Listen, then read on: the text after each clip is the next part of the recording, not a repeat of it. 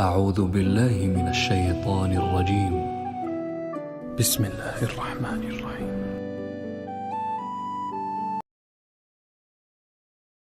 سورہ یوسف کا ذکر فرمایا ہے اور ارشاد فرمایا جا رہا ہے کہ الف لام را یہ حروف مقطعات ہیں. فرمایا تلک آیات الکتاب المبین، یہ آیتیں ہیں کھلی ہوئی روشن کتاب کی. فرمایا انا انزلناہ قرآنا عربیا لعلکم تعقلون، بے شک ہم نے قرآن کو عربی میں اتارا ہے تاکہ آپ لوگ اسے خوب سمجھ لیں. ارشاد فرمایا جا رہا ہے نحن نقص علیک احسن القصص، ہم بیان کرتے ہیں آپ سے ایک بڑا ہی پیارا قصہ. احسن القصص، قصوں میں سے ایک بڑا پیارا قصہ. بما اوحینا، تاکہ ہم اس قرآن کے ذریعے جو ہم نے آپ کی طرف نازل کیا ہے، ہم ایک پیارا قصہ آپ سے بیان کرتے ہیں. وَإِن كُنْتَ مِن قَبْلِهِ لَمِنَ الْغَافِلِينَ، اگرچہ اس سے پہلے آپ اس کی خبر رکھنے والوں میں سے نہ تھے. قصہ کیا ہے؟ قصہ یہاں سے شروع ہوتا ہے. اِذْ قَالَ يُوسُفُ لِأَبِيهِ، جب کہا حضرت یوسف علیہ السلام نے اپنے باپ سے.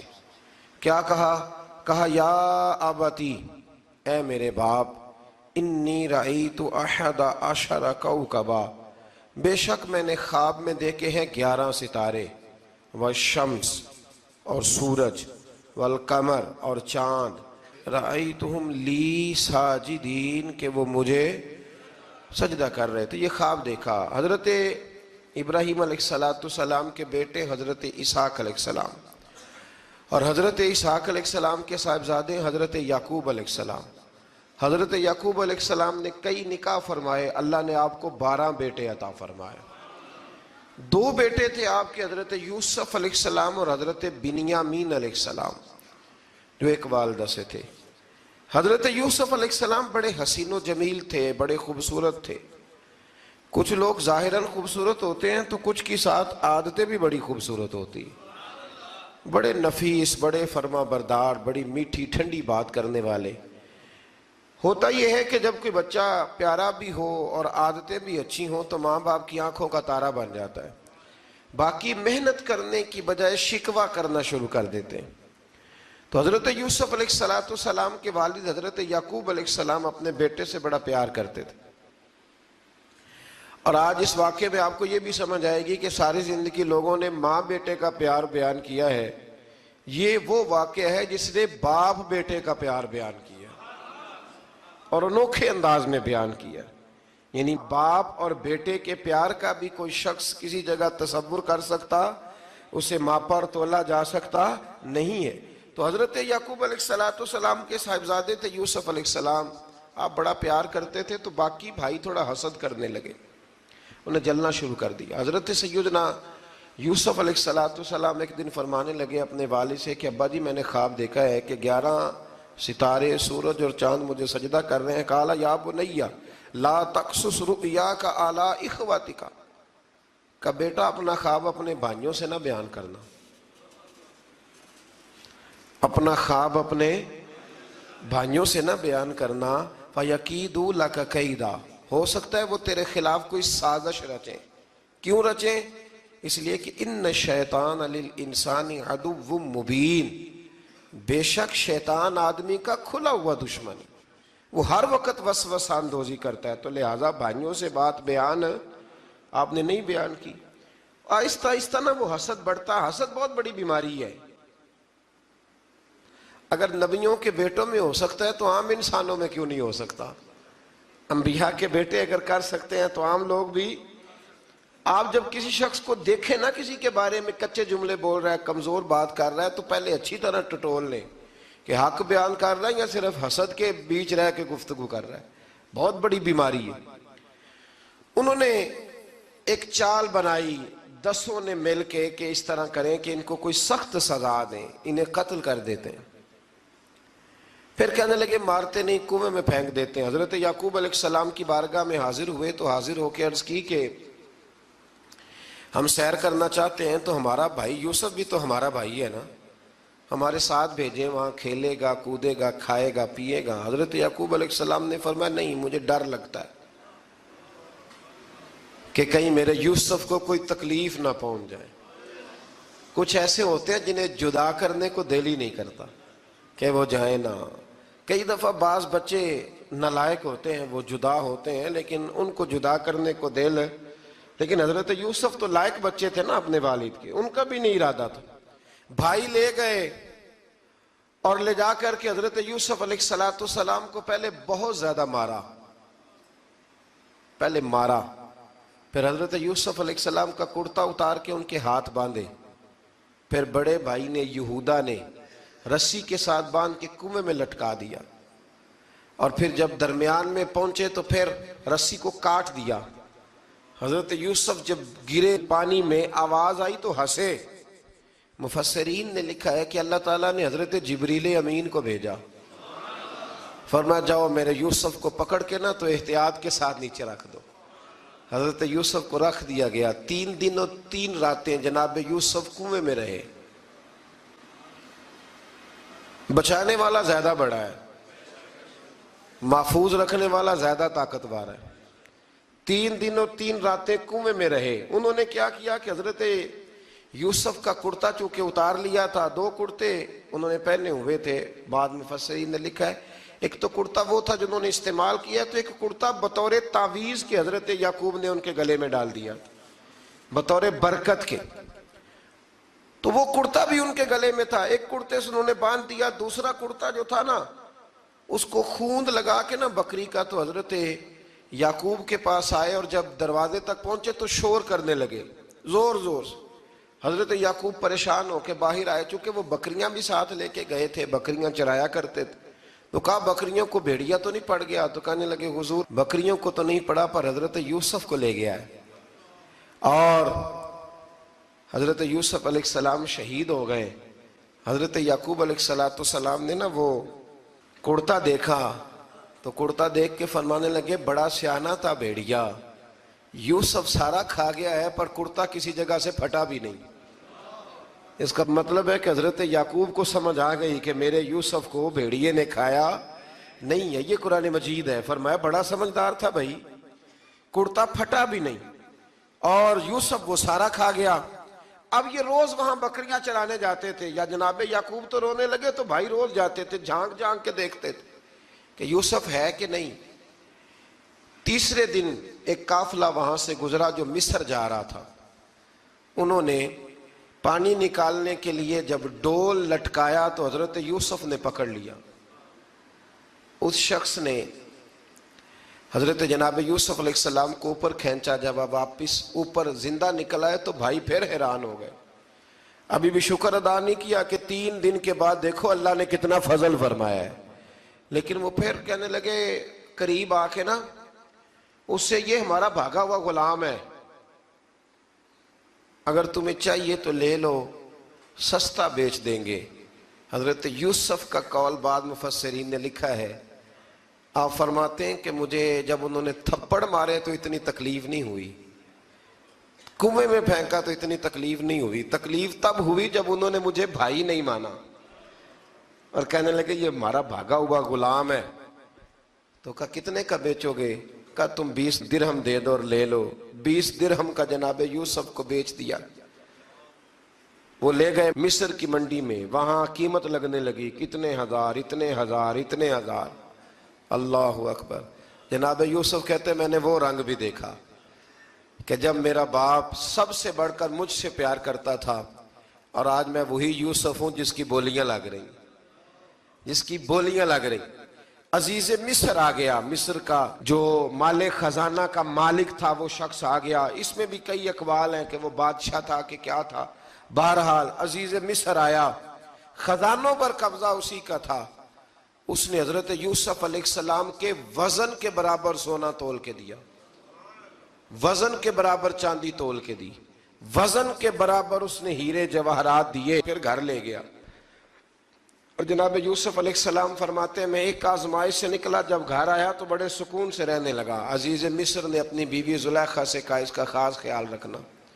فرماتے محبت ملنے لگی، پیار ملنے لگا، گھر میں بڑی خوشی سے رہنے لگا، پر اللہ کو کچھ اور ہی منظور تھا۔ آزمائش پر آزمائش ذرا دیکھیے گا، پہلے باپ کا پیار، پھر کنواں، پھر کنویں سے بچ گئے تو مصر کی منڈی۔ فرماتے وہاں سے میں بچ کے آیا تو عزیز مصر کے گھر رہنے لگا، زلیخا فریفتہ ہو گئی، گناہ کی دعوت دینے لگی، تو حضرت یوسف نے کہا قال معاذ اللہ، میں اللہ کی پناہ چاہتا ہوں۔ سارے دروازے بند کر کے جب وہ پیچھے بھاگی، اصل حسین وہی شخص ہوتا ہے جو اپنے باطن کے حسن کو بچا لیا کرتا ہے۔ جو سوداگری کرنے لگے وہ تھوڑا حسین ہوتا ہے۔ حضرت یوسف علیہ السلام جب بھاگے تو اس نے پیچھے سے پکڑ کے کرتا کھینچا، کرتا پھٹ گیا۔ ابھی آپ دروازے تک پہنچے تھے، عزیز مصر خود آ گیا۔ اس نے آگے کہا یہ کیا ہو رہا ہے؟ تو اس نے مکر کیا، زلیخا نے، کہنے لگی کہ ہونا کیا ہے، اس کو گھر میں رکھ کے پالا ہے، اب جوان ہوا ہے تو معاذ اللہ اس نے میرے طرف دست درازی کرنے کی کوشش کی ہے۔ حضرت یوسف پھر خاموش ہو گئے۔ بھائی بیچ رہے تھے تو پھر بھی خاموش تھے۔ کبھی کبھی کچھ چیزیں خاموش رہ کے سہنی پڑتی ہیں۔ زخم پہ زخم کھا کے جی، خون جگر کے گھونٹ پی، آہ نہ کر لبوں کو سی، یہ عشق ہے کو دل لگی نہیں۔ حضرت یوسف علیہ السلام پھر چوپ ہے۔ زلیخا نے بڑی باتیں کی۔ ایک دانا آدمی تھا، قرآن کہتا ہے ایک بولا بولنے والا، ایک عقل مند بولا۔ اس نے کہا دیکھو، نہ زلیخا کی سنو نہ یوسف کی سنو، اگر تو کرتا آگے سے پھٹا ہوا ہے تو پھر غلطی ہے جناب یوسف کی، اور اگر پیچھے سے پھٹا ہے تو پھر زلیخا کی غلطی۔ حضرت یوسف کی معاذ اللہ پھر غلطی۔ تو عزیز مصر نے کرتا دیکھا تو پیچھے سے پھٹا تھا، لیکن امام قرطبی کہتے ہیں وہ کوئی عقل مند آدمی نہیں، وہ تو 4 مہینے کا بچہ تھا، وہ ایک 4 مہینے کا وہ قریب تھا۔ حضرت یوسف علیہ السلام کی گواہی دینے کے لیے اللہ نے اسے زبان دی تھی۔ زلیخا کے ماموں کا بیٹا تھا، 4 مہینہ کا گہوارے میں لیٹا ہوا، جب بادشاہ سے فیصلہ نہیں ہو رہا تھا اور بادشاہ پریشان تھا عزیز مصر کے، کسی کو جا کے بتاؤں گا تو کوئی کیا سوچے گا، اس کے گھر میں کیا کچھ ہوتا ہے۔ کہتے پریشان تھا تو پنگوڑے سے بچہ بول پڑا، کہنے لگا بادشاہ اگر تو کرتا آگے سے پھٹا ہے تو پھر معاذ اللہ غلطی حضرت یوسف کی، اگر پیچھے سے پھٹا ہے تو پھر زلیخا کی۔ تو کرتا پیچھے سے پھٹا تھا، حضرت یوسف کے حق میں گواہی مکمل ہو گئی۔ اب آہستہ آہستہ نا دربار میں، محل میں بات پھیلنے لگی، تو بیویاں کہنے لگی اوہو، زلیخا تو ایک غلام پہ عاشق ہو گئی ہے، ایک غلام پہ۔ تو زلیخا کہنے لگی تم اجے میرا محبوب نہیں ڈٹھا۔ یہ رٹے ڈالنے والے دیکھتے نہیں اور دور کھڑے رہ رہ کے کہانیاں سناتے رہتے۔ اس نے کہا تو نے ابھی دیکھا نہیں نا، تو نے ابھی، تجھے کیا پتا ہو کہ ماجرا کیا ہے؟ تو کہنے لگی نہیں تو غلام پہ۔ اس نے کہا چلو تجربہ کراتی ہوں۔ ساری عورتوں کو بٹھایا، ہاتھ میں ایک ایک سیب دیا، ایک ایک چھری دی، اور جب پوری تیاری ہو گئی پھل کاٹنے کی عورتوں کی، تو جناب یوسف سے کہا ذرا جھلک تو دکھاؤ۔ تو حضرت یوسف نے جب جھلک دکھائی تو قرآن کہتا ہے سیب کاٹنے کی بجائے ہاتھ کاٹ لیے، اور کہنے لگی اوہو یہ کوئی بشر نہیں، یہ تو کوئی فرشتہ ہے، یہ کوئی فرشتہ ہے، یہ تو کوئی اللہ تبارک و تعالیٰ کی طرف سے آنے والا کوئی کرامت والا، عزت والا، شان والا فرشتہ ہے۔ تو حضرت زلیخا کہنے لگی سمجھ آئی ہے پھر، تو مجھ پر شکوہ کرتی تھی۔ تو اب وہ بات بھی آہستہ آہستہ پھیلنے لگی کہ حضرت یوسف علیہ السلام کی غلطی نہیں، غلطی زلیخا کی۔ اب بادشاہ نے زلیخا سے کہا کہ اگر تو میں تیری بات کروں تو تیرے ساتھ میری بدنامی کا بھی ڈر ہے، کیا کریں؟ طے یہ پایا کہ حضرت یوسف کو جیل میں ڈال دیا جائے۔ پہلے بھائیوں کے تھپڑ، پھر کنواں، پھر مصر کی منڈی، پھر زلیخا کا الزام، اور پھر باری آ گئی جیل جانے کی۔ حضرت یوسف علیہ السلام کو جیل میں، کچھ نے لکھا ہے 12 سال جیل میں رہے، جیل میں ڈال دیا۔ حضرت یوسف علیہ السلام جیل میں کیا کرتے؟ واعظ فرماتے، تبلیغ فرماتے، لوگوں کو اللہ کی توحید کی دعوت دیتے۔ وہاں جیل میں نا ایک شخص نے خواب دیکھا، اس نے دیکھا کہ میرے سر پہ نا پرندے کھا رہے۔ تو حضرت یوسف کہنے لگے اس کی تعبیر یہ ہے کہ تجھے قتل کیا جائے گا، اور تیری لاش کچھ دیر پڑی رہے گی تو پرندے تیرے سر پہ آ کے بیٹھیں گے، یہ تعبیر ہے۔ ایسا ہی ہوا، واقعی وہ شخص قتل ہو گیا۔ ایک شخص نے دیکھا کہ وہ شراب کشید کر رہا ہے، اس نے بھی تعبیر پوچھی تو آپ نے فرمایا تو اپنے بادشاہ کو پلائے گا۔ محسوس ہوتا ہے کہ اتنی دیر تک شراب ناجائز نہیں تھی، تو اس کو شراب پلائے گا، یہ اس کی تعبیر ہے۔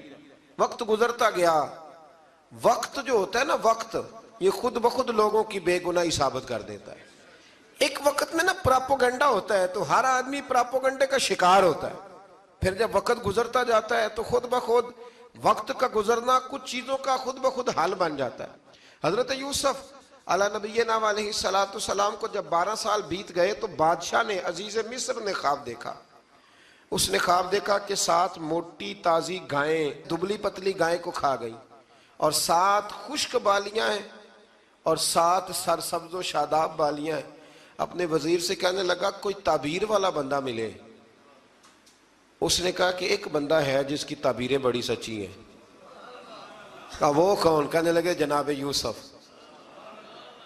تو قید خانے میں پیغام بھیجا حضرت یوسف کو کہ خواب کی تعبیر بتائیں، تو جناب یوسف نے یہ نہیں کہا پہلے مجھے باہر نکالو، یہ نہیں فرمایا۔ فرمایا تعبیر یہ ہے، یہ جو 7 خشک بالیاں دیکھی ہیں نا، اس کا مطلب ہے کہ 7 سال تنگ دستی رہے گی، اور 7 سرسبز بالیاں دیکھی ہیں تو پھر 7 سال اللہ خوشحالی دے دے گا۔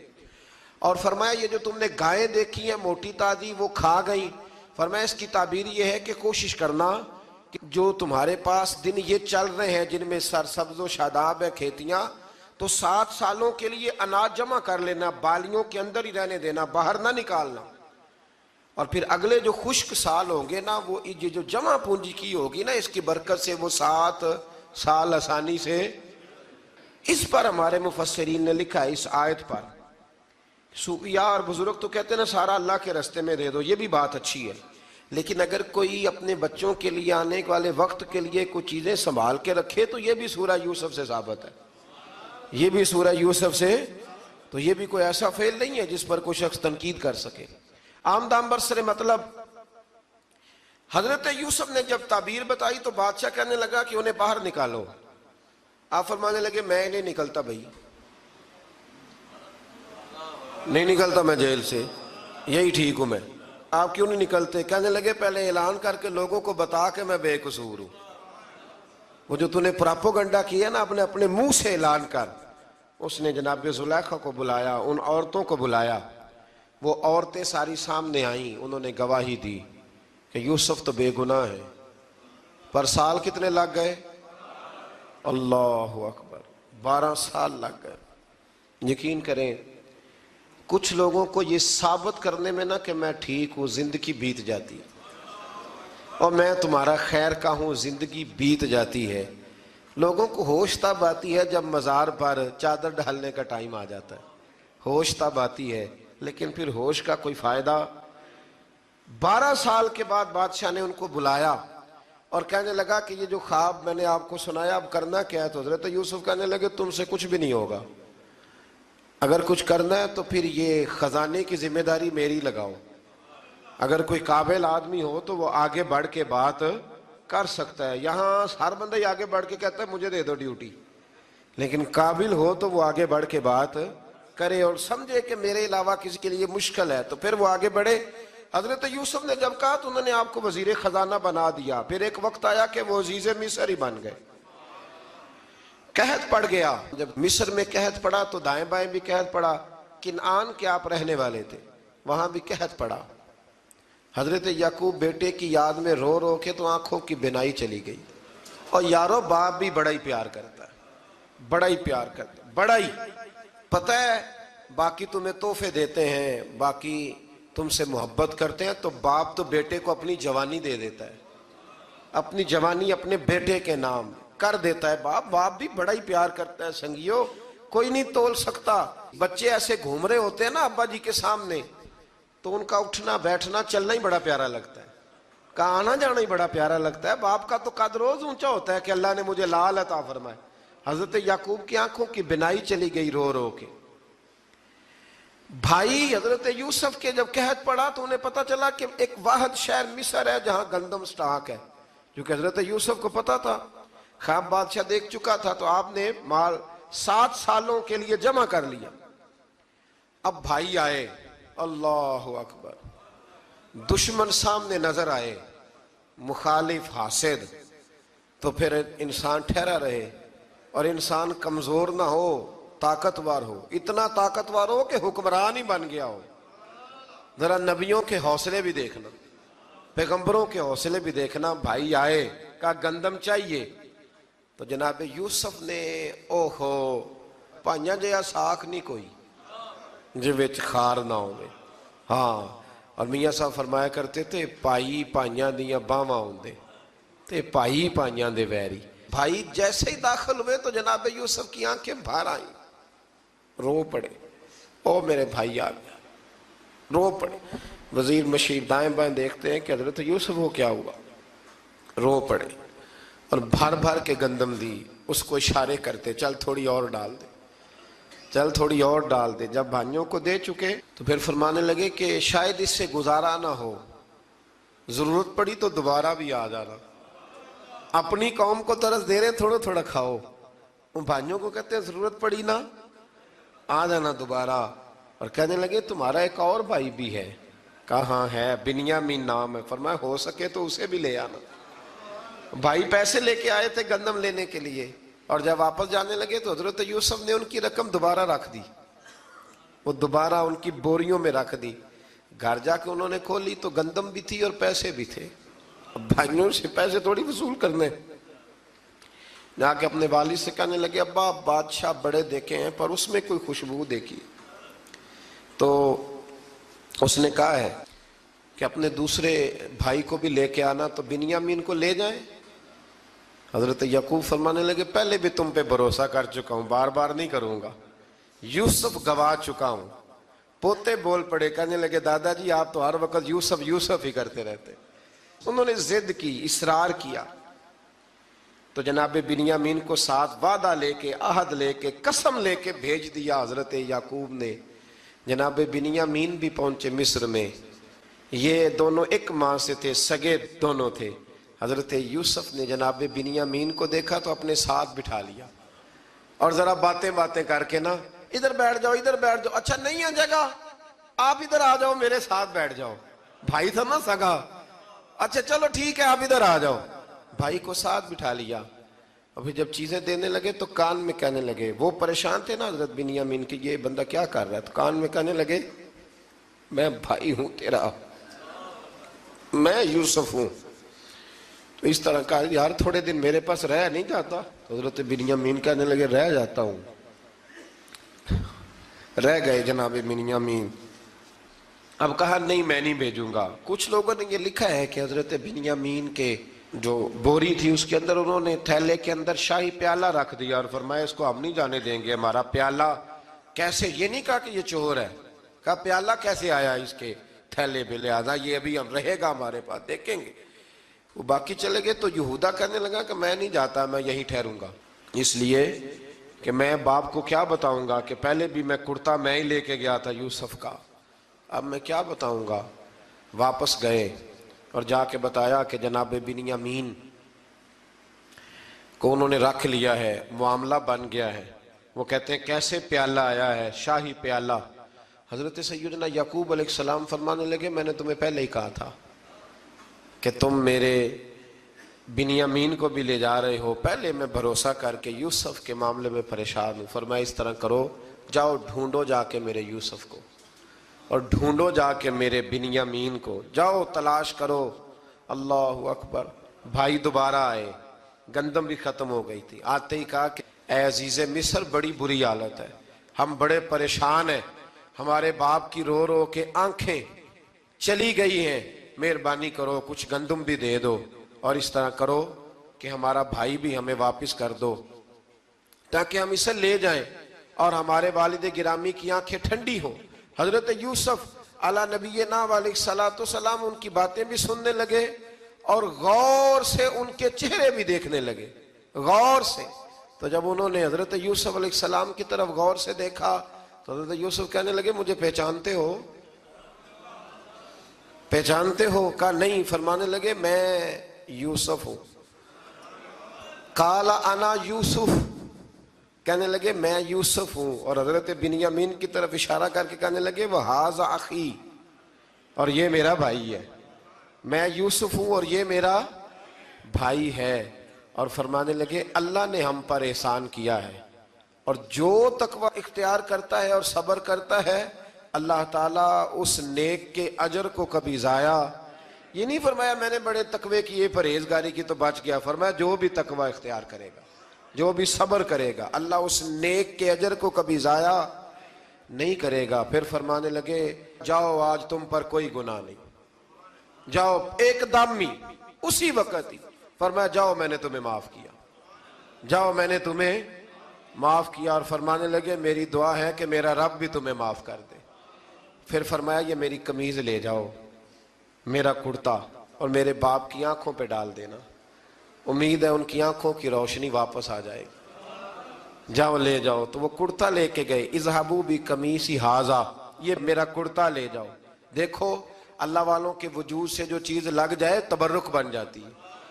تو وہ کرتا لے کے گئے، بھائی ابھی دور ہی تھے، تو قرآن مجید کہتا ہے ابھی وہ دور تھے تو سیدنا یعقوب علیہ السلام فرمانے لگے بھئی مجھے یوسف کی خوشبو آ رہی ہے، مجھے نا یوسف کی، اللہ اکبر، کون اندازہ کرے باپ اور بیٹے کی محبت کا، مجھے نا خوشبو آ رہی ہے، یوسف کی خوشبو، مجھے خوشبو آ رہی ہے۔ تو حضرت سیدنا یعقوب علیہ السلام کی آنکھوں پہ ڈالا تو روشنی واپس آ گئی۔ کعبہ جی ذرا چل کے دیکھو تو صحیح رب نے آپ کے بیٹے کو کتنی شانیں عطا فرمائی۔ چلو نا، یہ 72 لوگ تھے جو یہاں سے چلے کنعان سے، اور ہزاروں کا لشکر لے کر حضرت یوسف آئے، ہزاروں کا لشکر لے کے والد کے استقبال کے لیے۔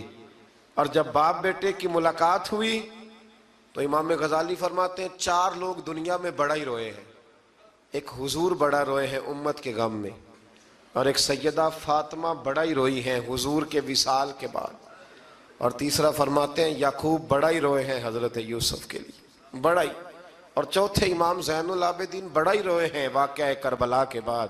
یہ 4 لوگ بڑا ہی روئے۔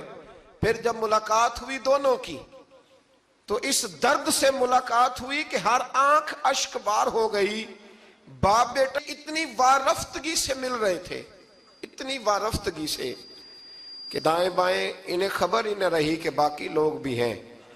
حضرت علامہ اسماعیل حقی نے لکھا ہے کہ جناب جبریل امین حضرت یعقوب کے کان میں کہنے لگے بس کریں، اوپر تو ذرا نظر اٹھائیں، فرشتے بھی دیدار کے لیے آئے ہوئے ہیں۔ دیکھیں اللہ کے فرشتے بھی آئے ہیں اس منظر محبت کو دیکھنے کے لیے۔ حضرت سیدنا یعقوب علیہ السلام، حضرت یوسف کی والدہ، اور پھر آپ کے 11 بھائی سارے آپ کے لیے سجدے میں گر گئے۔ تو حضرت یوسف کہنے لگے ابا جی یہ وہ میرا خواب ہے جو میں نے بچپن میں دیکھا تھا، یہ وہ میرا خواب ہے۔ حضرت سیدنا یعقوب علیہ السلام پھر کم و بیش لگ بھگ 23 سال، کچھ نے لکھا ہے 40 سال مصر میں رہے، اور جب وصال ہونے لگا تو حضرت یوسف سے فرمانے لگے بیٹا مجھے یہاں دفن نہ کرنا، مجھے وہیں لے جانا جہاں میرے والد دفن ہے۔